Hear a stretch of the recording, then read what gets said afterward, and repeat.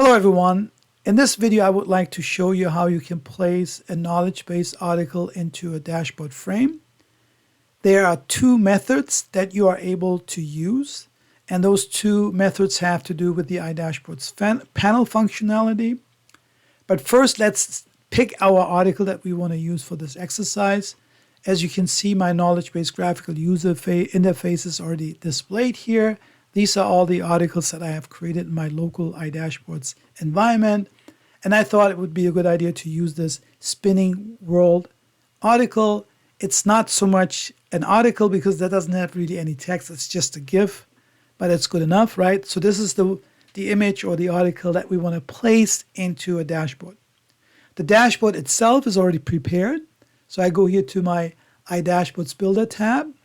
So this is the dashboard, and the theme is basically panels, as I mentioned. So that's the reason why you can see other panels placed here in the dashboard. And we want to use for the first way or first method, we want to place the article directly into the dashboard, into this frame. So this frame is selected. I go to Add Edit Panel here, click on it. It displays now all the panels, all the panel functionalities that we have available.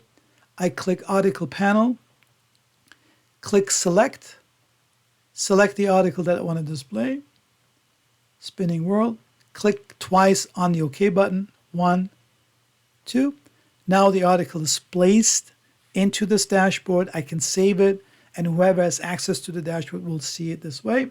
Of course, if you're thinking this takes up too much space, you could use the second method. That doesn't use up that much space.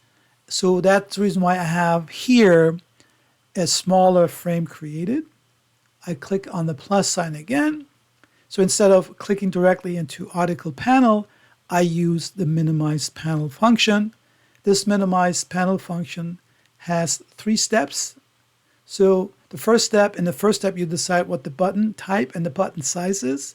So I'm making this small because it's a small area. I like the panel image. I could do a text or custom image. Panel image means this is the image that you see on the left of each of the panel descriptions. The second step is configuring it.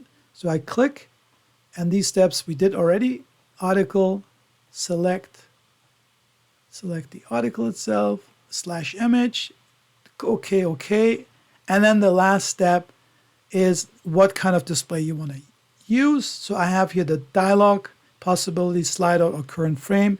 Current frame, of course, doesn't make any sense because it's not really a lot of space that you have available.